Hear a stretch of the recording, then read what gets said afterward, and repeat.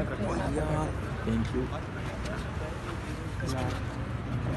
ये थोड़ा सा पीछे करा मैं यार, इसमें पूरा आ रहा है। मैम आज के बारे में बस ठीक है, मैंने चले शुरू।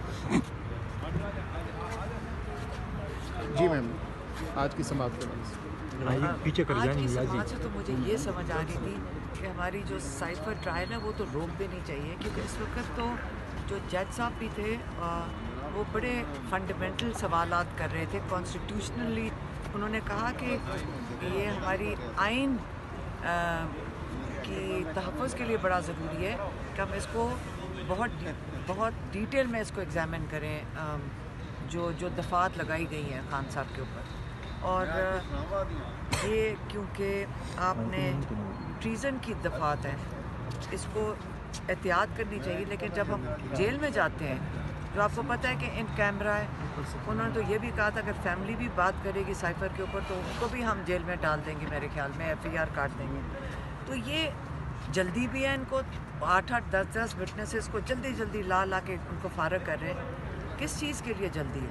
उनको इन्होंने कन्विक्ट करना है।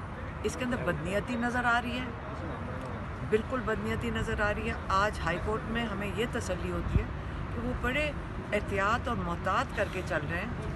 वो ये दफ़ात को भी एग्ज़ामिन कर रहे हैं, और जो आज प्रोसिक्यूशन जिस तरह बात कर रही थी उसी से समझ आ रही थी कि मेरे ख्याल में उनको भी नहीं समझ आ रही कि वो कर क्या रहे हैं। अटॉर्नी जनरल को भी नहीं समझ आ रही थी।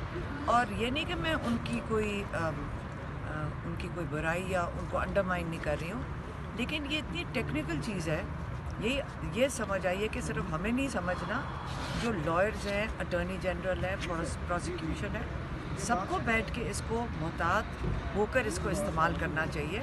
एक एक्स प्राइम मिनिस्टर, एक एक्स फॉरेन मिनिस्टर जिनके ऊपर ये चार्जेस लगाए गए हैं, ये इनको मोहतात होना चाहिए।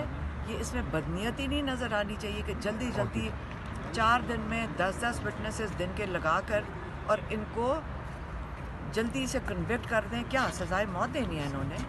क्या इनको लाइफ इम्प्रिजनमेंट करनी है? जल्दी किस चीज़ की है?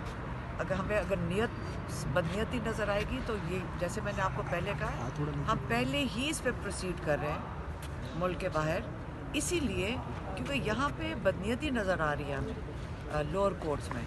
लेकिन फिर जब हम हाई कोर्ट आते हैं तो हमें थोड़ा सा हौसला होता है कि यहाँ जजेस बैठे हैं कि जो इसके ऊपर नज़रसानी करेंगे, इसको देखेंगे। इसके अंदर इस किस्म की अंधेर नगरी नहीं है जो हमें जेल में और ट्रायल कोर्ट में नज़र आती है। अच्छा, जैसे आपने बात की कि हाई कोर्ट में जजेस बैठे हुए हैं, आपको लोअर कोर्ट का वेट करके आप हाई कोर्ट में आते हैं। कल जिस तरह देखा कि सुप्रीम कोर्ट के अहकामात के बावजूद शाह महमूद कुरैशी साहब को जिस तरीके से अरेस्ट किया गया, आपको लगता है कि इस तरह की कोई रिलीफ आपको मिलेगी तो उस साने के बाद? मुझे पता है अफसोस क्या हो रहा है। अफसोस ये हो रहा है कि कल मैं और आप जब जाएंगे कोर्ट्स में, हमें कौन इंसाफ देगा जब ये तो जजेस की बात नहीं सुन रहे हैं। ये तो लगता है कि गुंडागर्दी हो रही है। हमें तो अपने लिए फ़िक्र करनी